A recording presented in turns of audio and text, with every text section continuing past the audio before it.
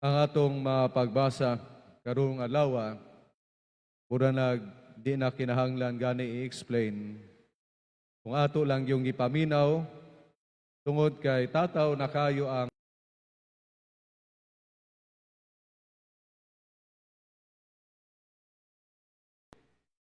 But allow me, akong pagpaambit gihapon, ako ning i-angklang pagpaambit, diha sa giingon sa atong Ginoo sa Ebanghelyo. Ganang utana siya, unsa may nahimo ninyo nga labaw sa kasagaran, unsa may kalainan, unsa may labaw sa kasagaran. Sa unang pagbasa, gisulayan ang mga tao. Kining maong pagbasa sa Korinto, kaduhang sulat ni San Pablo ngadto sa taga Korinto, mao kini ang para sa kuha importante labi na nga naghisgot kita o nagahisgot kita og synodality o stewardship. Kay naghisgot nga ning paghatag, pagkamanghihatagon o pagtabang. Ang konteksto sa unang pagbasa mao kini nga gisulayan ang mga tao sa kalisod.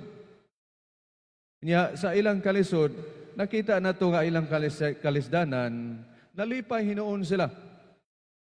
Diha sa kadako ug tungod niini, naghingapin ang ilang pagkamanggihatagon. Kinsa man sa tuwa nga malipay kung magkalisod-lisod. Kinsa man sa tuwa malipay kung adunay mga problema. Usahay mamuyboy pa kita sa Ginoo, usahay magpangutana pa ta, mura bag maingon ta nga dili kita deserving niining atong mga nahitabo sa atong kaugalingon. Pero tan-aw nato makaigsunan nga sa ilang kalipay giingon dinhi nga tungod niini naghingapin ang ilang pagkamanggihatagon. Limang kag namanggihatagon sila bisan sa mga kabus kaayo. Mao kini makaigsunan nga ang ilang kalisdanan nagdala hinuon kanila ngadto sa pagkamanggihatagon. And I believe makarelate ta niani sa atong kaugaling na eksperyensya. Ay panultihon nga kaingon, I give not because I have so much, but because I know how it is to not have one. Sa ako ang pag-translate niini, naghatag ko, dili kay daghan kaayo kong mga butang, kundi nakasabot ko kung unsay wala. Kana bitaw ma-experiencehan nimo?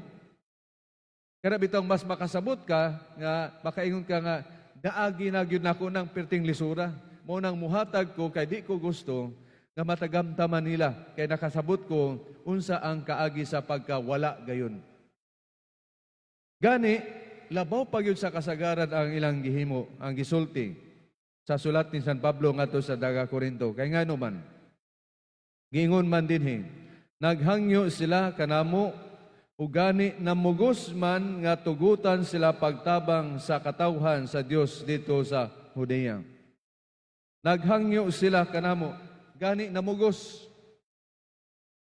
Unsa pa ning giniingon nga namugos, gabi sila pa hinuon ang namugos nga mutabang. I have an experience diha sa usa ka parokya. Kana bitong nanggiingon magsubre, maghatag subre. Sa una, wa pagpapasabot, nasuko sila kay ngano man gitagaag sobre. Usahay reaksyon bitaw, sobre na pod, ana ba? O suko sila. Sa kadugayan o pagpasabot, nasuko gihapon sila. Nganong nasuko sila? Nasuko daw sila nganong wa matagaan og sobre. Wa matagaan og sobre. Namugos ba? Nasa tuwa pa, dili ingon nga nasuko sila kay gitagaan, kundi they come to the level nga maingon nasuko na sila, pero tungod kay nganong wa sila gitagaag sobre. Sa atong pagkamanghihatagon, iana na ba ang atong mentalidad? It's not because we are forced to do so, but because nakita nato nga mao kini atong expression sa gugma. Mabitaw na giingon sa unang pagbasa nga giingon, gisulayan sila. Nabisan sa ilang kalisod, muabot bak sila sa level nga tinuuray bagyod ang ilang gugma. Mabitaw ng pangutana dinhi. No? Nga ang magmanggihata, Busa buot kami nga magmanggihatagon usab kamo niining pag-alagad sa gugma. The reason of this is love. Not because they are forced to do so, but because of love. Sa Ebanghelyo, mauusab kini. Labaw sa kasagaran. Mao gani nga mingon ang atong Ginoo sa Ebanghelyo, mingon siya, nakadungog kamo nga giingon kaniadto, higugmaa ang imong mga higala ug dumti ang imong mga kaaway. Apan sultihan ko kamo, higugmaa ang inyong mga kaaway ug pag-ampo kamo alang sa mga tawo nga nagpasipala kaninyo. Sama sa kasagaran, higugmao nato ang mga maayo nato. Higugmao nato ang mga tawo nga nanggihatagon kanato. Dali ra kay na. But what makes us different from others, mao kini nga mas labaw sa kasagaran nga reaksyon nato niadtong mga tawo. Liman ka higugma ay mong kaaway, alisod ana oy. Di nga ita makahigugma niadtong wa natong mailhan, how much more kadtong naatay feeling nga nakasakit kanato. Labi na usab makaigsunan nga giingon dinha nga dili lang higugmaon, dili lang nga muriak ka sa iyang mga dili maayong binuhatan, kundi di ka muriak gani tungod kay ang paghigugma ay mong gipatigbabaw, nga dili ka manimalos. Kaya nga naman, kung pagpanimalos, usahay ang mahitabo lagi, kita ang nahimong napriso sa atong pagbati, sa paghuna-una o di maayo ngadto sa atong isig kaingon. Na mag-ingon ta, makabalos sa jud ka sunod, ako na pod. Makatug bakag tarong anak kung nasuko ka. Kana bitaw matulog ta, nga wa tay gihuna-una nga nakabader nato. Makatulog tag tarong ba? Sa Tagalog pa, mahimbing na tulog. Nga naman, wa kay kasakit, kanang wa ka magkaligut-gut, wa ka nagtanom kaligut-gut, mas maayo magyud na.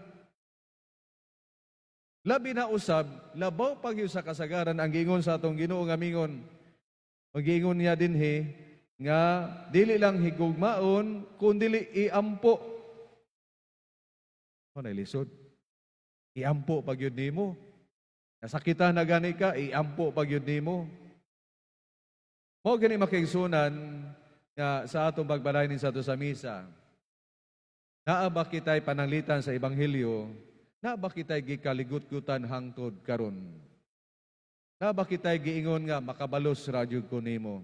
Naa ba kitay bisan gani sa atong pagampo mingon kita nga Ginoo unta napoy mahitabo sa iya para makabalos ko. Ang pagampo ra ba dili dautan, pagampo kaayuhan ngadto sa isig kaingon. Mao kana makiigsunan nga kung tan-aw nato diri sa Ebanghelyo. Do we make a difference sa atong pamaagi sa pagtratar ngadto sa uban? Dili man ingon nga hawd-hawd ta kay lahi gayud kita, kundi makita nila nga atong pamaagi kisubay nato sa atong Ginoo. Nga atong pamaagi lahi, labaw, dili lang lahi, kun labaw sa kasagaran tungod kay paghigugma ang mas mipatigbabaw nining tanan. Padayon tanin santo sa misa, sa atong paghatag, pagkamanggihatagon, pagtabang, labaw gayud unta kini sa kasagaran, kay dili man sa pagkapugos lamang, kundi pati higugma ang mipatigbabaw. Kung sa atong relasyon nga to sa isig kaingon, dili lamang tungod kay maoy kasagaran nga gibuhat, kundi labaw pa sa kasagaran tungod kay gugma usab ang mipatigbabaw nining tanan.